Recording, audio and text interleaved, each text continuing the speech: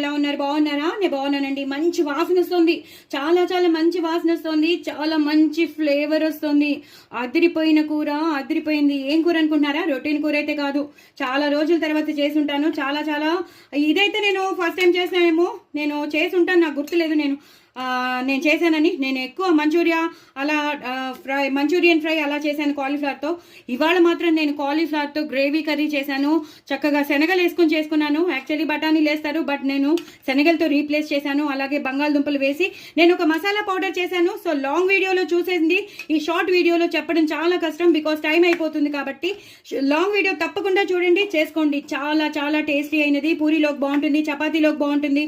రైస్లో మనం చేసుకునే రైస్ ఐటమ్స్, బిర్యానీ, పులావ్స్, దమ్ బిర్యానీ, ఇంకా మనం ఏమేమి చేసుకుంటామో అన్ని రైస్ ఐటమ్స్కి చాలా చాలా టేస్టీగా ఉంటుంది. అన్ని రైస్ ఐటమ్స్కి అని చెప్తున్నాను, అందుకే చెప్తున్నాను. చాలా చాలా బాగుంటుంది. ఇది ఒక్కటి ఉంటే చాలు, ఇంకేం అక్కర్లేదు. జస్ట్ పక్కన పెరుగో రైతా ఏదో చేసేసుకుంటాం. సో చాలా చాలా టేస్టీ అయిన కర్రీ ఆ మసాలా పౌడర్లోనే మొత్తం ఉంటుంది.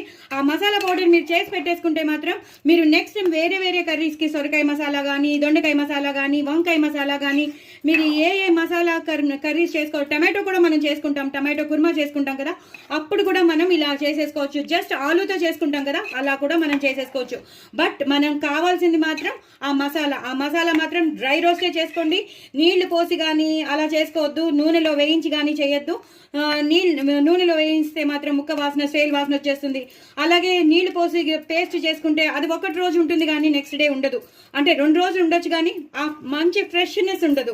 బట్ ఇలా మీరు డ్రై రోస్ట్ చేసుకుని పౌడర్ దాచుకుని మిగతా అప్పుడు మీరు ఆ కూర చేసుకునేటప్పుడు ఉల్లిపాయలు, టమాటోలు అవన్నీ వేసుకుని, పచ్చిమిరకాయలు, కొత్తిమీర, పుదీనా వేసేసుకుని ఆ పేస్ట్ గ్రైండ్ చేసేసుకుని ఆ పౌడర్లో కలిపేసుకుని గ్రైండ్ చేసేసారనుకోండి, అది మసాలా పేస్ట్ అయిపోతుంది. సో మీరు ఆ కూరల్లో కలిపేసుకోవచ్చు. అది నేను మీకు చెప్తున్నాను. చాలా చాలా టేస్టీ అయిన కూర మీ సొంతం అయిపోతుంది. కాలీఫ్లవర్ గ్రేవీ కర్రీ అద్దరిపోయింది మసాలాతో. చాలా చాలా మంచి మసాలా, రిచ్ మసాలా. ఇది చాలా జీడిపప్పులు వేసాము, అలాగే కొబ్బరి వేసాం కాబట్టి ఇంకా నేను చెప్పలేను, మీరు చూస్తేనే తెలుస్తుంది. నాకు వ్యూస్ పెంచండి, లాంగ్ వీడియోస్ చూడండి, స్కిప్ చేయకుండా చూడండి. నా ఛానల్ని సబ్స్క్రైబ్ చేసుకోండి, సపోర్ట్ చేయండి, ఇంకో నలుగురికి షేర్ చేయండి, ప్రమోట్ చేయండి. చాలా చాలా టేస్టీ అయిన కాలీఫ్లవర్ కర్రీ అండి. అదిరిపోయిందంటే అదిరిపోయింది.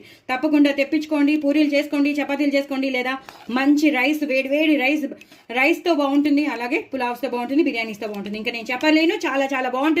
Super excellent curry, rich curry అని చెప్పచ్చు. సో నా ఛానల్ మాత్రం సబ్స్క్రైబ్ చేసుకోవడం అసలు మర్చిపోదు. బాయ్.